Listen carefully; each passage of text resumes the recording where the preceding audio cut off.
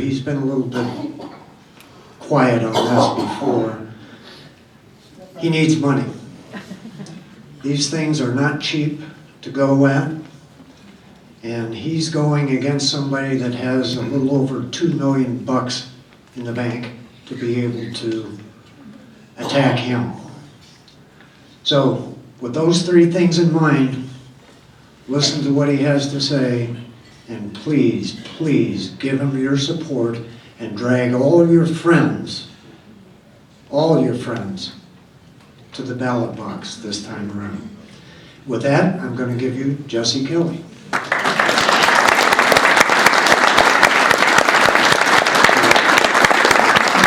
Anyway, you want to hang that up here? You want to lead us in the pledge? You got a flag, let's pledge it. I pledge allegiance to the flag of the United States of America and to the republic for which it stands, one nation, under God, indivisible, with liberty and justice for all. Thank you all. Long may she wait, huh? Thank you all for coming out tonight. It's football night, I know that. It's 9-7 Vikings. I just checked on the score, so we'll get updates throughout the night. My name is Jesse Kelly. I'm going to be your next congressional representative. I'll be sworn in the first week of January after we beat Gabrielle Giffords.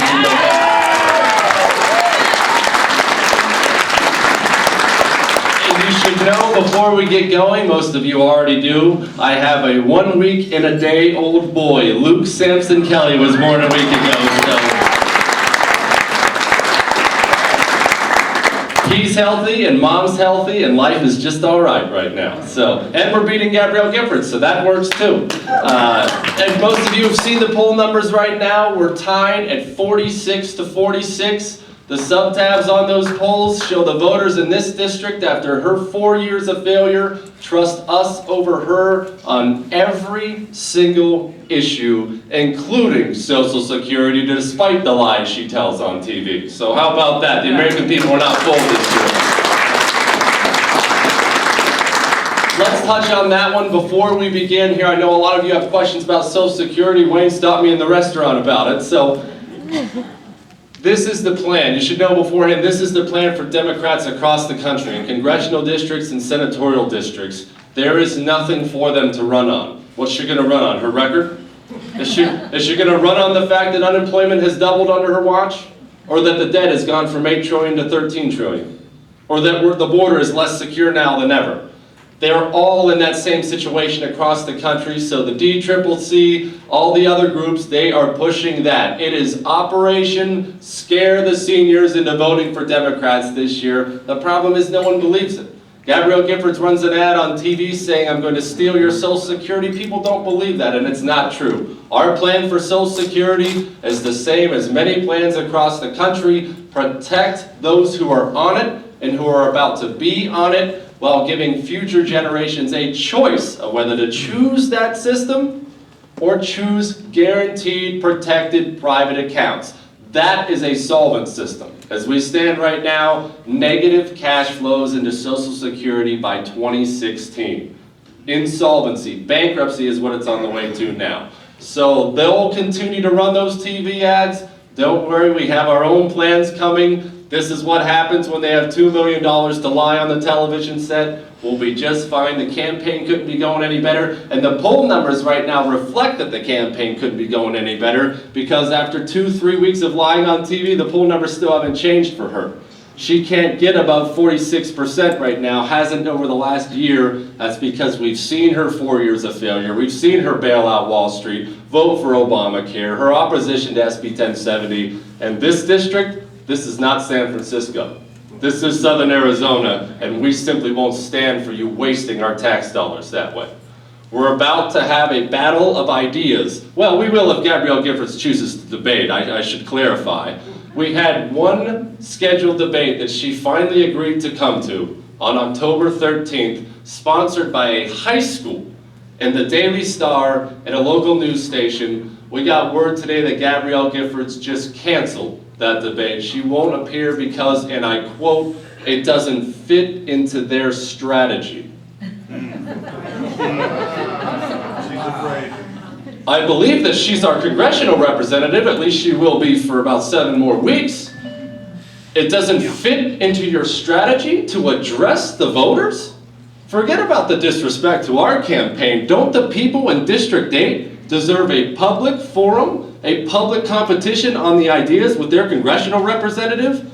It's not enough that she shamefully wastes our dollars, that she's going to tax us into oblivion. Now you can't even talk to us about it in a public forum? Completely unacceptable. So we're going to have that battle of ideas, whether we have to have it in the media or whether we have it in a debate. What they want to do is spend us into oblivion and then squeeze the taxpayer for every dime they want. What we want to do, what we're going to do, is make America open for business again.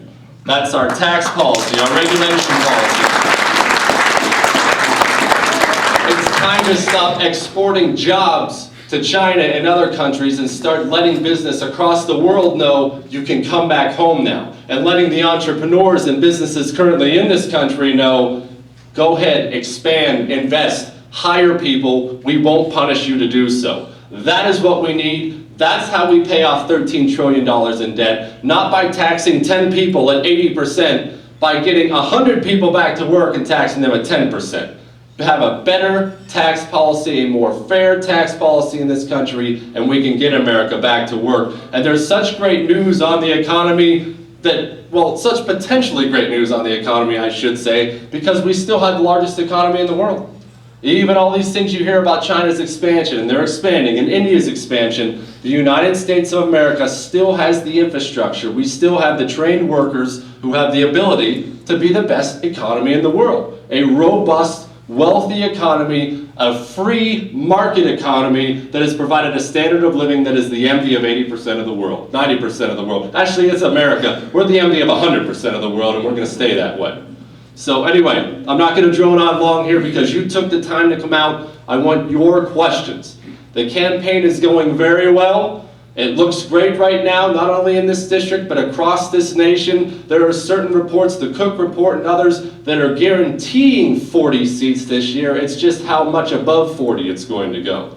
I'll tell you that Kevin McCarthy, the Deputy Minority Whip, he's also the Chief Recruiter for the NRCC. I won't bore you with that. He just came into town, did an event for us. They have comparisons. They track numbers between, say, 94, when we took all those seats back, and now. We are infinitely better off now than we were even in 94. It's going to shock you, it's going to surprise you, and it's going to be a day for celebration on November 2nd. Block out that evening on your calendar for a glass of champagne or water, whatever your fancy is. It's going to be a great night. So, anyway, I'll leave it at that. And please ask your questions. Many people in here have been to town halls with me before. If you haven't, ask me anything. You can ask me anything. I don't care if it's a personal question. If you want to know my favorite color, I'll tell you. I am asking to be your congressional representative. I'm asking to represent the interests of Southern Arizona in the most powerful legislature in the history of the world. In January, I'm going to be making decisions that affect your life and your children's lives and their children's lives. It's that serious. You took the time out of your life to come out here. Please don't leave without your questions answered. Please ask me anything. Sir? How are you going to get rid of this Obamacare? That's what I want to see. Besides sending Gabby back to you. Besides sending, well, it begins with sending Gabrielle Giffords back. What was the question? Oh, how do we get rid of Obamacare is what he wanted to know. We defund it first. This corrupt House of Representatives now has not passed a budget. They won't pass a budget, and there's a very good reason for that. They don't want the American people to see what's in the next budget they're going to pass. That gives us a great advantage when it comes to Obamacare. It means immediately, upon election, we can present this president with a budget that defunds Obamacare, and you simply don't give him any other budget that does anything else. You either sign a budget that defunds Obamacare immediately, or you shut down the legislative process. And quite frankly, at this point, I don't know which one of those is a better option. You can get enough people in the House and the Senate. I know we'll get enough. To send a bill that's veto-proof? I know we'll get enough. We don't need a bill that's he doesn't have the power to pass his own budget. We have, the House of Representatives controls the purse strings in this country. We will control the budget process, not him anymore. It is vital we get that.